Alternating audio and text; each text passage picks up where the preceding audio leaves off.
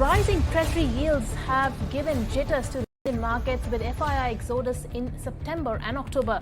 Now those 10-year Treasury yields have fallen to 4.1% last seen in the month of September. Now, oil, on the other hand, is trading at around $75 a barrel.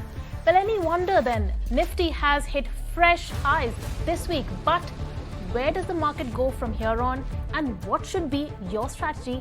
Well, commenting on that, we are joined by our guest, Geoff Dennis, who's the independent Emerging Markets Commentator. Hi, Mr. Dennis. Welcome to ET Now. Thank you.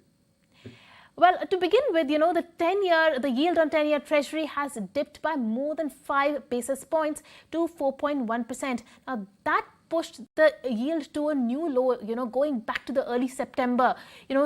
After the JOLTS job opening data, for the month of October, that indicated a cooling of the labor market. How are you reading into this, and where do you see the markets headed from here on the back of this? Well, first of all, it's interesting that 10-year bond yields have done a complete round trip, as you imply. We've gone from lows around where we are now in September all the way up to close to 5%. Now we've come back down again. And I think the sharp drop you've seen over the last several weeks of close to 90 basis points is really on the back of two things. First of all, clear evidence that inflation is coming down. We had a very, very good inflation report for October.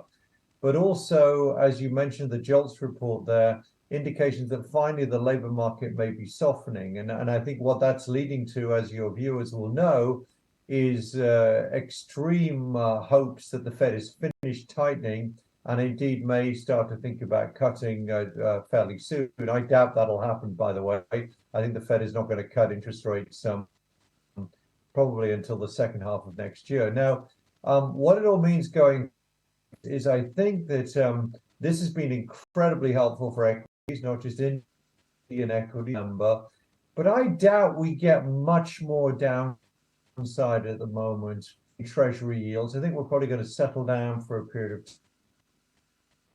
And therefore, I think it'll be harder to get equity gains. We will get equity gains going forward. I am bullish about equities, but it's going to be a lot more restrained than it was in November. And therefore, not really expecting bond yields to go sharply lower from here because there are supply issues in the bond market as well, as everybody knows, given the size of the US budget deficit. Right, Mr. Dennis. So, though the Fed is widely expected to keep the rates unchanged, when it meets next week, how long are the rates, set to remain elevated, and when can we expect the rate cuts to come in? There are two reasons why the Fed would cut rates. One is if the economy softens dramatically and starts heading into recession.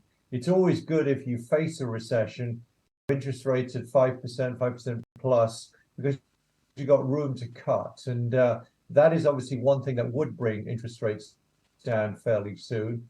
The other argument is the slightly more technical, which is as inflation comes down, if you hold interest rates steady, nominal interest rates, real interest rates, of course, start to go up. And I think that's the argument people are relying on to possibly bring interest rates down in the early part of 2024, I'm sorry. Now, my sense is that the economy is not going to slide into recession. It's going to weaken further. That may be on the Fed to move.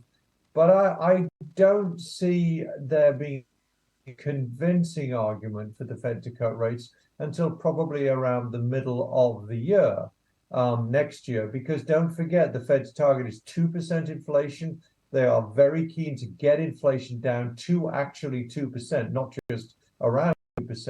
And I think it's going to be sometime in the second half of 2024 before inflation actually hits 2%. So for me, short of there being a recession in the first half of next year, which I doubt very much, I think we're going to have to wait a few more months before the Fed starts to cut rates. Right. Mr. Dennis, now let's move on to the Indian markets. If the domestic picture wasn't rosy enough, the global macros are also favoring us, with the US Treasury yields slipping. And of course, the crude prices are settling at around, $75 a barrel. Will firstly the FIIs start making a comeback? And, how is that likely to pan out for the Indian markets going forward? I think I'll just share a piece of data for the viewers. excuse me, the Chinese market in dollar terms this year is down nearly 15%. The Indian market in dollar terms is up 14%. And that's using MSCI data, of course, the global index provider. And I think that general theme is going to carry on for a while because investors do prefer India to China for all sorts of obvious reasons, given the excuse me, the challenges that the Chinese economy is facing. Now, FII is coming back slowly.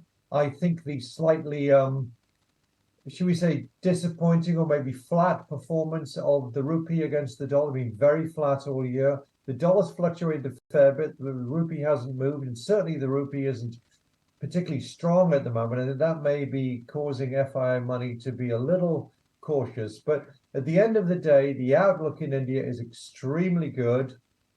Growth is good.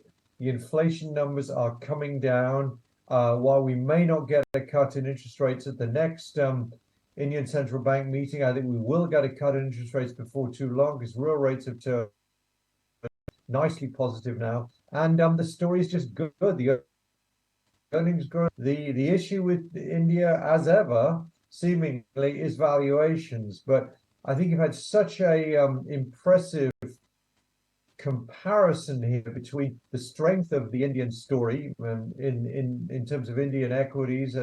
That's how it's come out, and the challenges that China faces. That I do think more and more people are going to start to think about bringing their money back to India, foreign investors, and they'll be looking for good entry points to do that.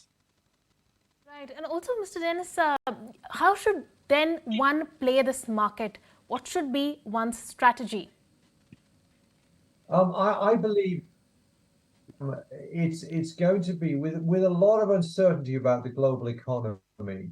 You mentioned oil prices, which I should have commented on. Oil prices at a close to a 2023 low for Brent are of course very helpful at the margin for India, which imports basically all its oil. That's a well understood story.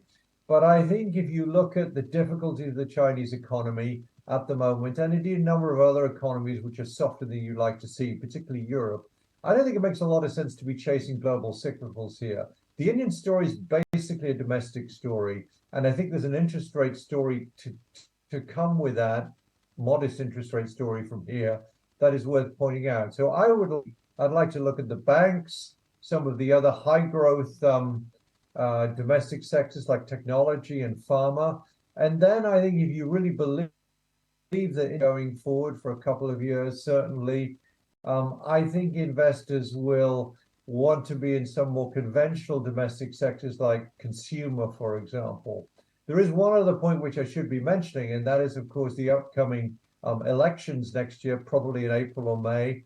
I think given the recent state election results where the BJP did very well, I think the uncertainty that could create if the BJP were seen to be at risk of losing the prime ministership, that's going to go away now, or at least be reduced again. I think BJP does win in next year, and I think that is going to be a factor which will encourage investors to bring money into the Indian stock market. I think investors should be looking to domestic stocks, big caps, but not just the high beta ones, but also some of the conventional consumer names as well. So